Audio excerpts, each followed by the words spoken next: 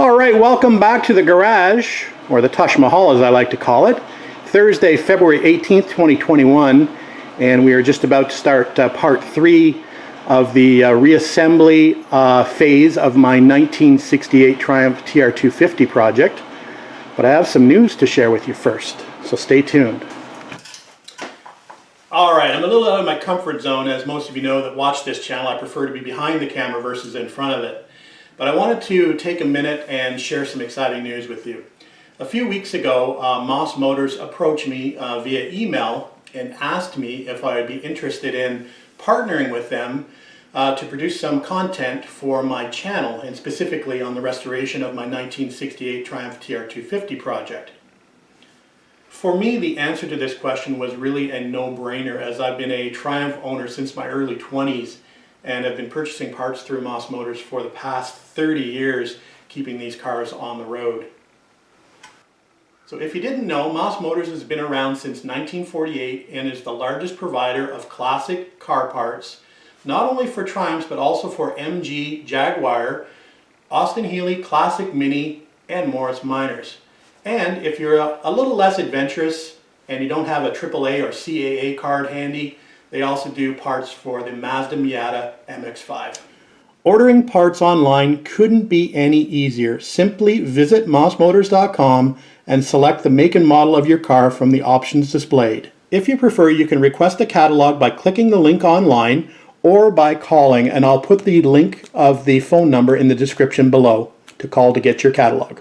If you prefer to order over the phone or you need technical assistance, you can experience their excellent customer service firsthand. I'll put the links for the phone numbers in the description below. You can also find excellent technical articles and reference materials, find a car club or a scheduled event, or check out the Moss Motoring magazine, all at mossmotors.com. And before I go, I'd be remiss if I didn't mention that one of my favorite YouTube channels is the Moss Motors Limited channel with the Talking Hands Tech. I'll put the link in the description below.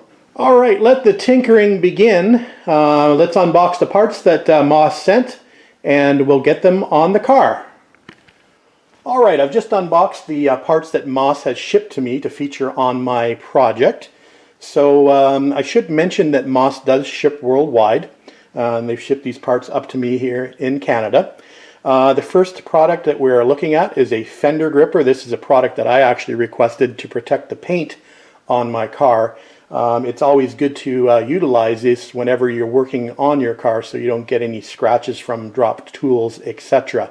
So let's unbox this, and just a quick note, I'm going to put a brief description and the part number in the description field, so if you want to order the same part that I'm showing you here, it'll make it a little bit easier for you to do so. Alright, let's unbox that. Alright, a couple of different styles of Fender Protectors, or Fender Grippers if you want to call them.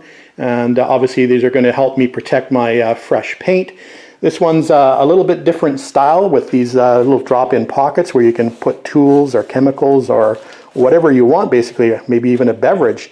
Obviously going to protect the paint really well. It's got a nice felt backing, felt soft backing on the back, so it's not going to scratch the paint. The other one is a rubberized style gripper. It doesn't have the pockets on it, but it does serve the purpose of protecting your paint nicely. And the good thing about this rubber is it does not slide anywhere once you've got it applied. So there you go. A couple of different Fender Grippers to protect my freshly painted TR250. So as you might have noticed, I tend to like a little bit of bling on my car. I mean, tasteful bling, not over-the-top bling. These are fantastic parts. I have them on my TR6. These are Lemans style valve cover nuts. And the Moss part number is 310-225 if you want to install these on your car. They look absolutely fabulous and they are very functional. They allow you to get your valve cover on and off to check your valves as frequently as you like. So nice and easy, easy peasy.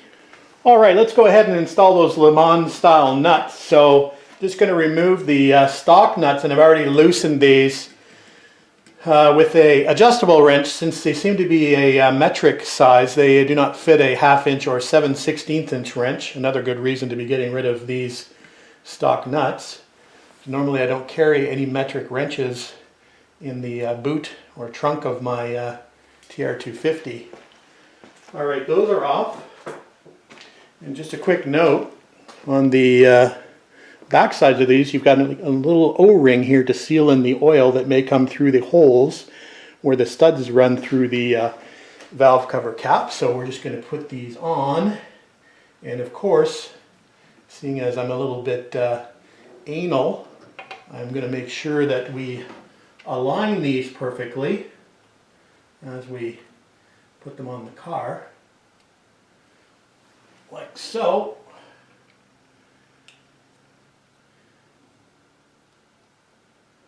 There they are. So I think those look fantastic. All right, a little bling. Let's add some more bling. All right, guys, the next area we're going to concentrate on is the battery tray area. And this is kind of a weak area on most Triumph TRs throughout the range, as the batteries over the years have tended to leak acid and rust that area out rather badly. So in order to combat that, I am going to be utilizing a plastic battery box. So I've got one here from Moss. It is part number 241-020, and the battery fits nicely in this tray and protects the metal from underneath from leaking battery acid. I think it's less of an issue these days with the more modern batteries, but it's definitely a good insurance to keep your battery tray from rusting out in the future. So let's install this and we'll go from there. All right, you might have noticed that I've got a few little rubber packing pieces there in that area already. And these are just leftover pieces from the body mounting kit that I've utilized just to lay under the battery box to prevent any chafing or abrasion into the paint of the battery box. All right, there's the battery box in place, and I think it looks great there. It really covers up that back firewall, and obviously serves a good function, and as well as got good visual appeal to it. So let's go ahead and drop a battery in there, and then we'll talk about our next featured part. All right, here's the next featured part, and it's a beautiful piece. So this is a Billet battery hold down bar, and you can see here it's got the Triumph written across the top of it. It's got some nice, again, nice knurled nuts. This is Moss part number 850-428. And for comparison purposes, here is the stock. Let me just move this up a little bit. Here's the stock hold down, so you can see that that billet bar is going to be much nicer than the plain old stock holder that I've actually refinished, but we're going to go with a little bit more added bling and actually a lot more added strength. This is a lot beefier than the stock hold down bar, so not going to be any chance that the battery moves around. So let's get this on the car. Now, as mentioned, this is a stand-in battery, although I believe the height is just about right for this car. I think it's supposed to be a Group 24 battery, and this is a Group 10 battery. Anyway, we're going to be using the stock J-bolts that came off the car. I did actually buy a shorter 7 1/8 inch J-bolt. If you happen to have a thinner battery, you may need shorter J-bolts. So if you're looking for the shorter J-bolts, they're part number 407-625. Those are 7 1/8 inch, and they are cadmium coated. All right. Okay, we'll work from side to side on this one, and we'll grab our battery bar here. Obviously, you want to be careful not to touch the two terminals. So we're just going to put our J-bolt in and through. We'll get our knurled nut here. You can do this one-handed. Sometimes it's not easy.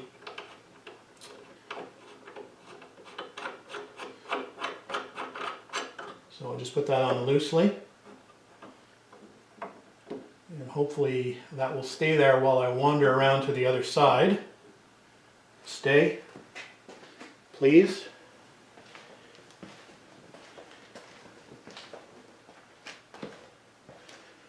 Okay, I made it. All right, another J-bolt.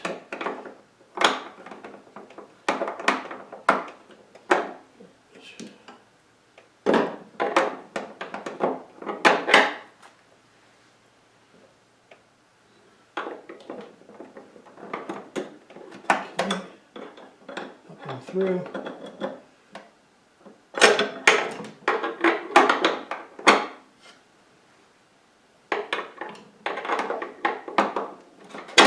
The solenoid's on this side, so there's a little less clearance for you.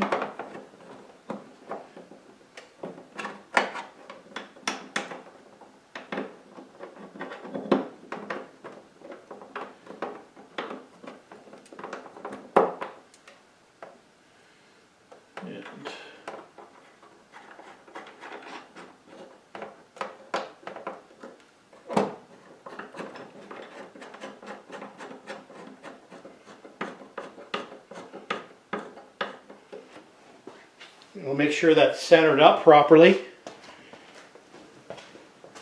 and we'll tighten the knurled nuts down a little bit more. How's that look? Is it centered? Not bad. Let me just wipe that down and get my fingerprints off it, and I'll give you an overhead shot of it. Alright, there's another quick view of it over the top, and I think that looks fantastic.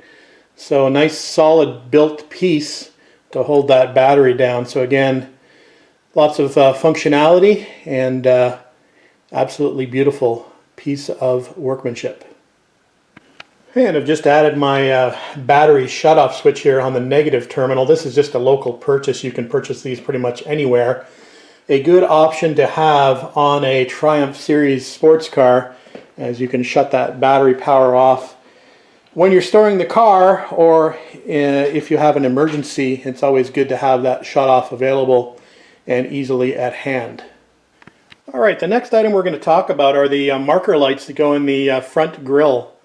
And if you recall, I had posted a video some time ago talking about what kind of shape the old ones were in, and I've got them over here on the side, and you can see they're in pretty rough shape. The lenses are all cracked and are not really usable in this condition, so I opted to go for a new set of lights, and here they are in all their glory. They look beautiful. So nice brand new lenses, nice chrome finish.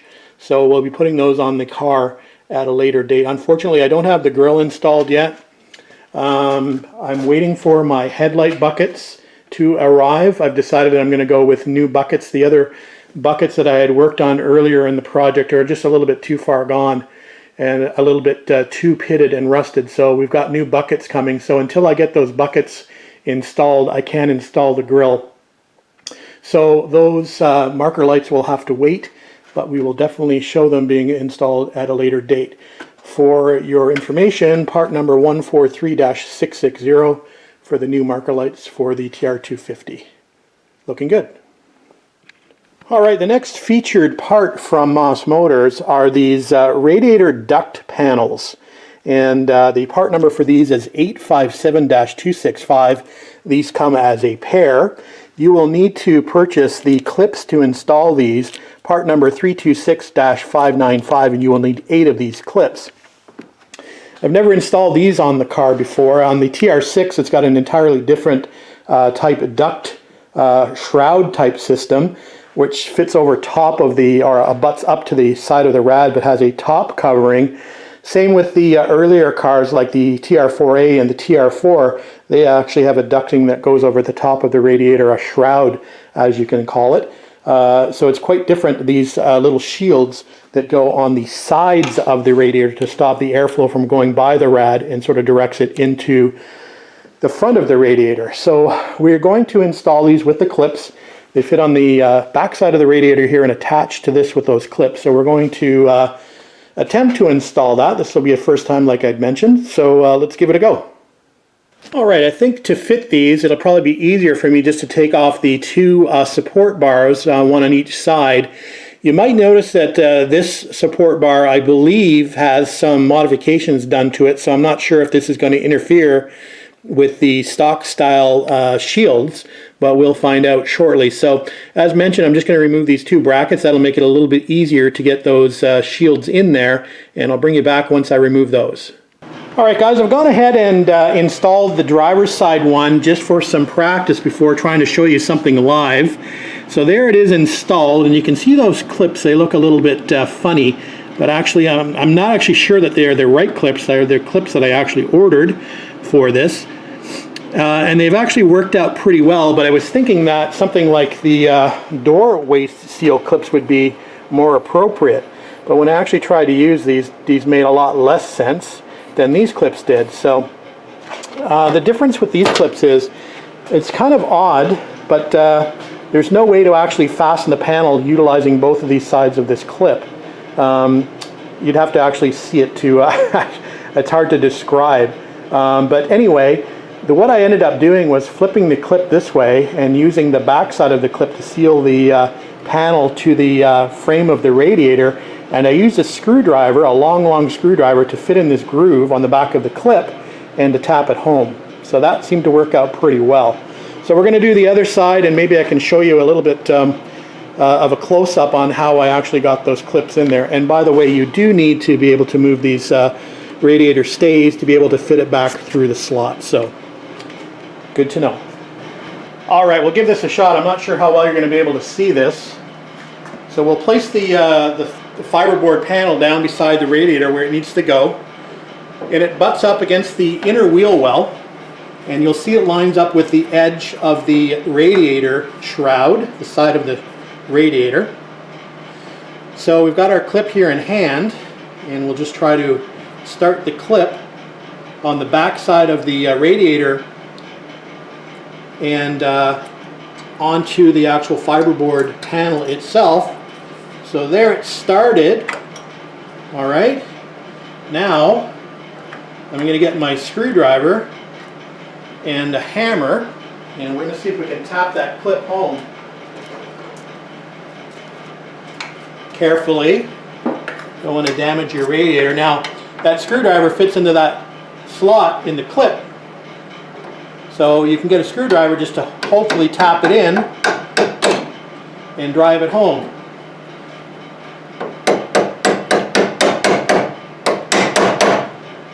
And there you go. One clip installed. So hopefully you're able to see that. So we'll just continue on, and we'll go all the way down. We'll install 4 clips total. Let me see if you can, I can zoom you in here. I'll show you that clip that we just installed. So there's the clip. You can see that.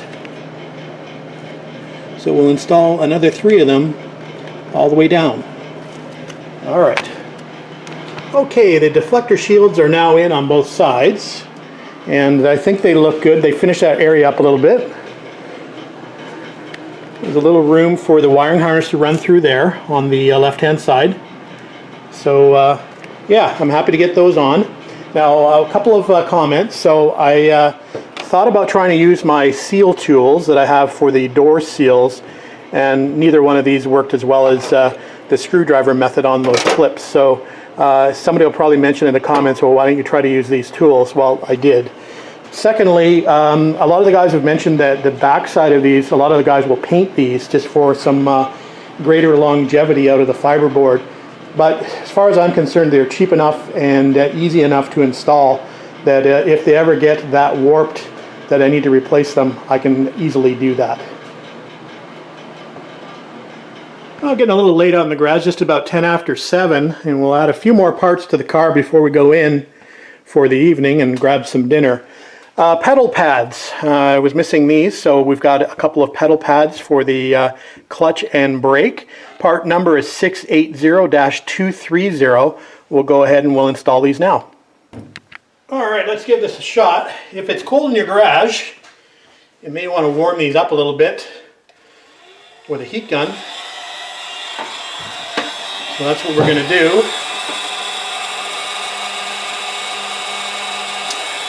Make them a little bit more malleable. Don't melt them though.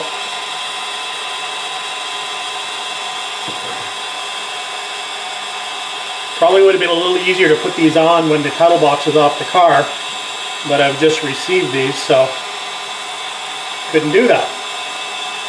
Alright, those are a little warm. Let's see if we can get them on the car quickly. slide it over the top. And then stretch it out on the sides.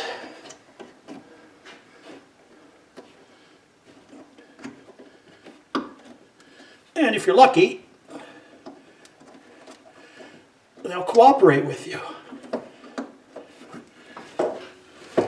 There you go. New pedal pads. And they can make all the difference in a restoration, little details like that.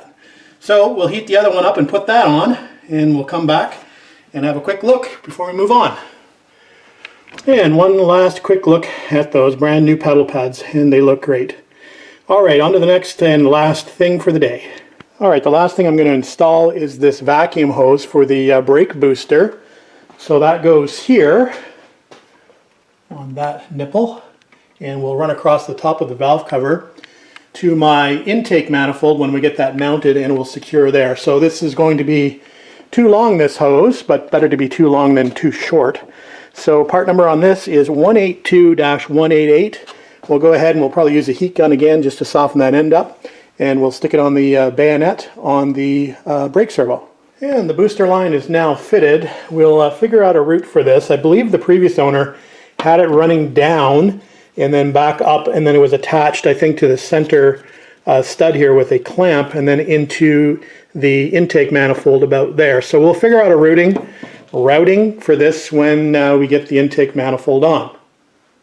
So before we go for the evening, I definitely want to take the opportunity to thank Moss Motors once more for partnering and sponsoring my channel and providing me with the parts for today's session. So thanks again. Be sure to visit mossmotors.com for all your classic car parts needs, and hopefully it will be a long and beautiful friendship between the Chef Tush channel and Moss Motors. See you tomorrow.